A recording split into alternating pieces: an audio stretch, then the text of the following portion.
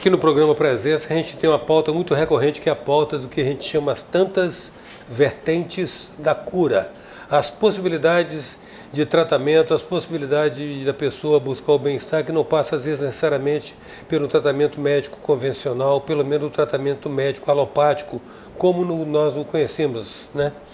Existe muito que se chama hoje da medicina baseada em evidências, ou seja, se a ciência não comprovou ainda, a ciência precisa trabalhar um pouco mais e comprovar, porque as coisas estão acontecendo, os efeitos são constatados. Nós vamos falar hoje de uma abordagem com a qual eu posso dar um depoimento por ter sido, de uma certa maneira, por ter experimentado pessoalmente. Vamos falar de iridologia e do fundamento desse conhecimento na promoção da saúde. Para isso nós vamos conversar com a iridóloga Viviane Ramos de Lima, que é a nossa presença de hoje.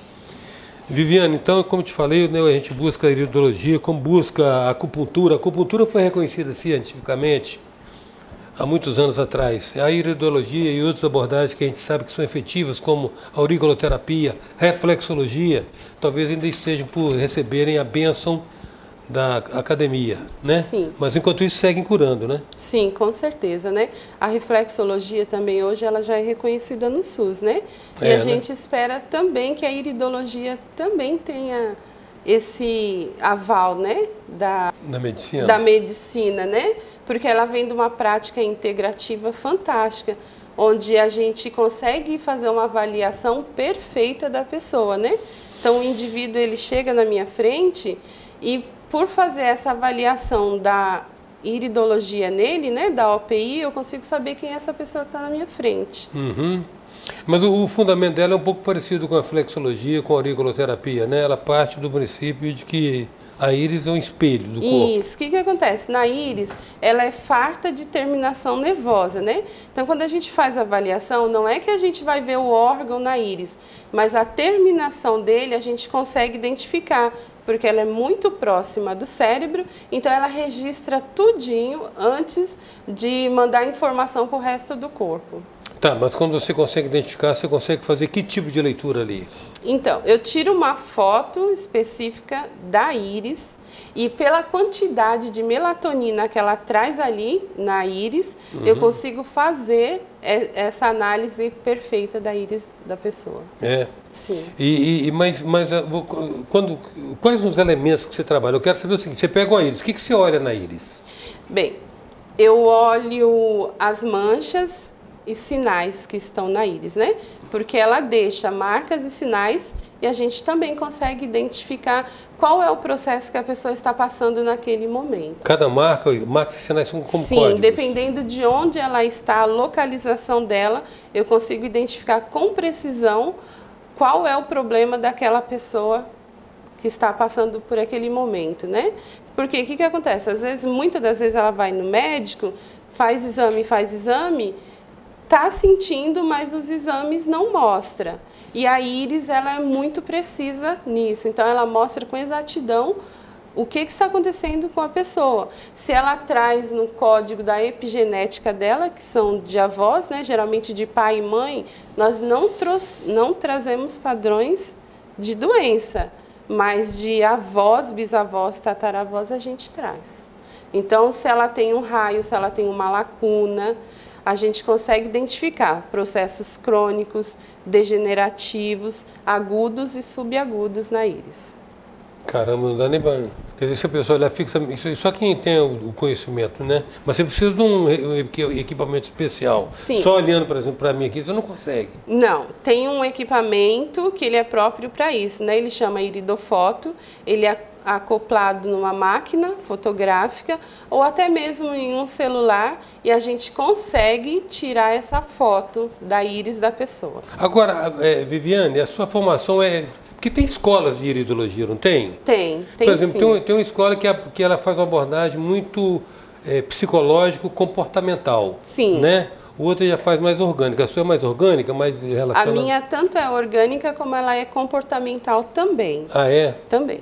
Ela tem essas duas funções. Pela íris eu consigo saber o padrão de comportamento da pessoa. Mas a sua escola é aquela que trabalha ainda com aqueles conceitos das manchas, da estrutura dos tecidos da íris que falava em joia, corrente, flor, agitador, né? flor. Então, hoje a gente já não se apega mais nisso. Hoje nós se apegamos à OPI da pessoa, que é a orla pupilar interna. E também a trança do SNA, como está o ângulo de fluxo dela.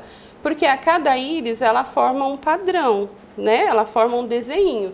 Então, eu tenho que ver como é que está esse desenho em cima da borda pupilar da íris dela. E a partir desse desenho que você faz as suas leituras. Isso, exatamente. Ali pode abrir-se um raio, pode abrir uma lacuna, pode abrir uma pétala, né? Parece mesmo uma pétala de flor, pode parecer uma asa de borboleta, então a gente consegue identificar. Mas, por exemplo, pegando essas figuras que você falou aí, um raio te fornece que tipo de indicação? Então, me fornece, por exemplo, se ele estiver em cima da terminação do hipotálamo, ali eu sei que a pessoa está com muita confusão mental. Por quê? Porque ali está com muita toxina dentro daquele raio ali. E se ela tiver um pontinho a mais de defeito ali, eu sei, por exemplo, que ela teve um trauma pós-útero. Depois de nascido. Depois de nascido. E uma asa de borboleta, por exemplo? Então, aí eu vou identificar se ali já não é uma predisposição a um câncer. Ah, é? Quais são os outros sinais, as outras imagens que Nós você falou? temos uma lacuna, temos a lacuna cripta, né? Cada íris, ela, como eu te falei, ela forma um padrão. E a gente vê se a pessoa ela é de uma constituição forte ou se ela é de uma constituição média ou fraca.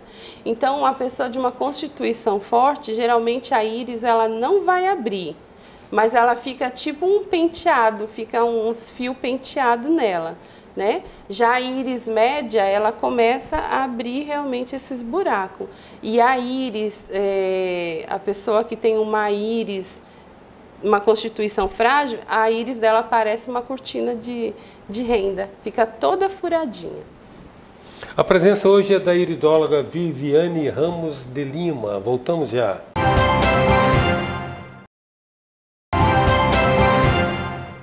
Voltamos com a presença da iridóloga Viviane Ramos de Lima.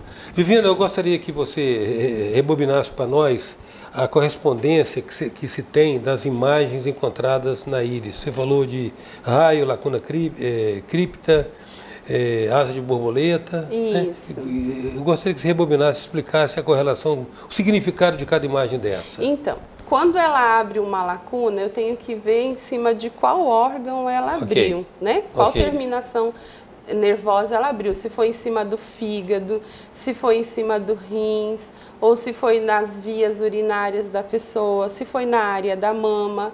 Ali eu consigo identificar vários processos que pode estar acontecendo ali, justamente por causa dessas lacunas que abrem, né? Então aí eu sempre pergunto para a pessoa, olha, você está sentindo tal coisa, assim, na perna, por exemplo, se ela abre na área da perna, olha, você sente dor no joelho? Ou sente dor na virilha? E geralmente a pessoa, ela realmente confirma, né? Na área, por exemplo, dos ombros, eu sempre pergunto, porque geralmente essas lacunas, ela abre justamente nessas áreas. Isso no caso das lacunas, mas você tem outras imagens, tenho. Você falou. No caso, eu tenho a cripta, aí a gente vai ver em cima também de qual órgão ela está, né? Ela pode estar em cima de qualquer terminação nervosa. E aí eu pergunto para a pessoa, olha, qual é o seu padrão de doença familiar? Porque a pessoa, ela traz um histórico de padrão familiar, antecedentes genéticos. Exatamente, né?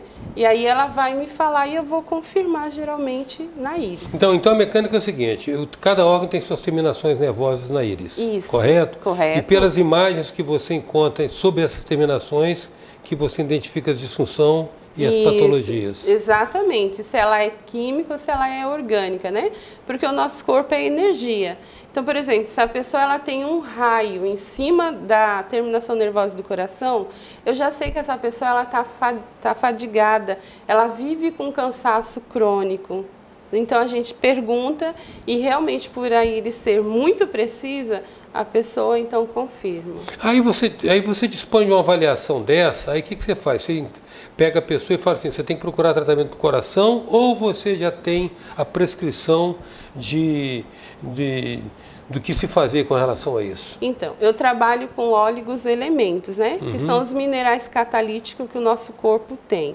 Então, quando o nosso corpo ele foi projetado, usou-se todos os minerais para fazer ele da melhor qualidade, né? Então, eu preciso colocar uma energia naquele órgão. E os minerais, os óleos elementos, eles fazem essa parte. Eles vão lá e recuperam aquele tecido lesionado.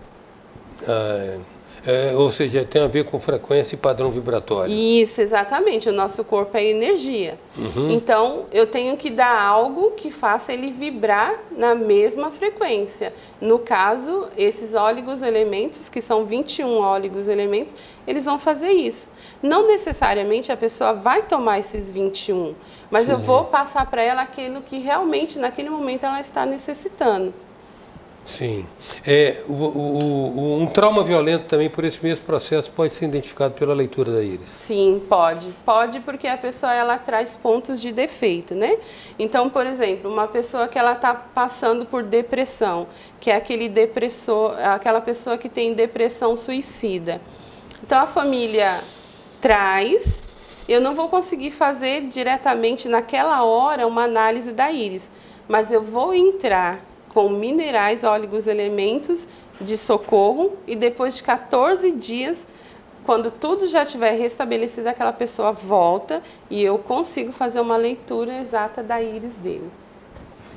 Quem esteve hoje no programa Presença foi a iridóloga Viviane Ramos de Lima.